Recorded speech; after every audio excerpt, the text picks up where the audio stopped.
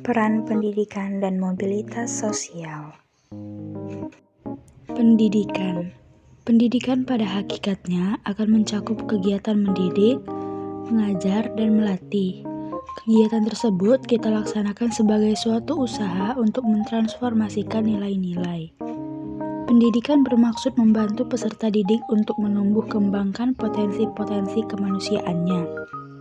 Wujud sifat hakikat manusia mencakup kemampuan menyadari diri, kemampuan bereksistensi, pemilihan kata hati, moral, kemampuan bertanggung jawab, rasa kebebasan atau kemerdekaan, kesediaan melaksanakan kewajiban dan menyadari hak, serta kemampuan menghayati kebahagiaan.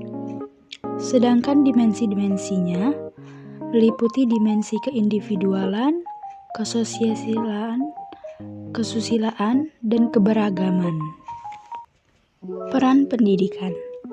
Peran pendidikan ditanamkan sejak manusia masih dalam kandungan, lahir hingga dewasa yang sesuai dengan perkembangan dirinya.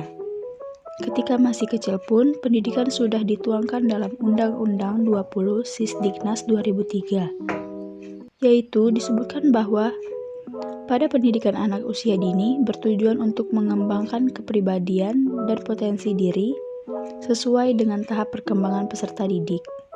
Dengan demikian, tujuan pendidikan juga mengalami perubahan menyesuaikan dengan perkembangan manusia.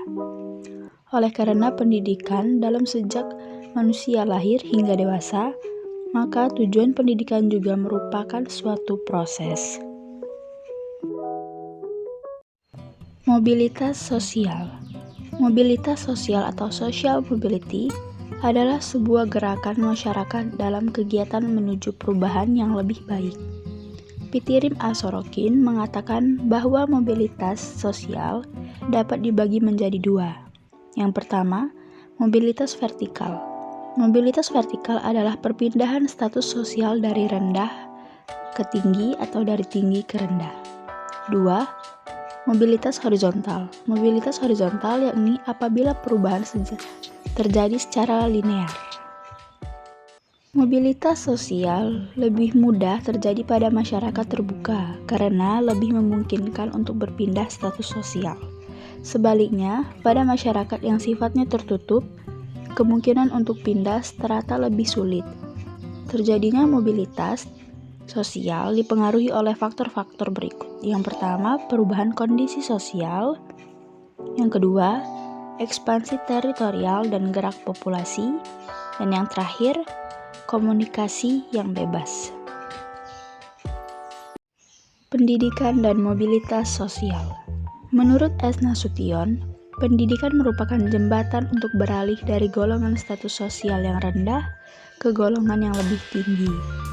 Pendidikan merupakan jalan bagi mobilitas sosial.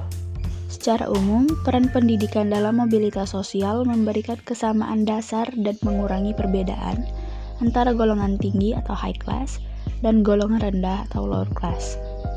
Meskipun terdapat mobilitas sosial, namun dalam kenyataan secara sektoral, masih banyak pula dalam golongan rendah yang tetap dianggap rendah.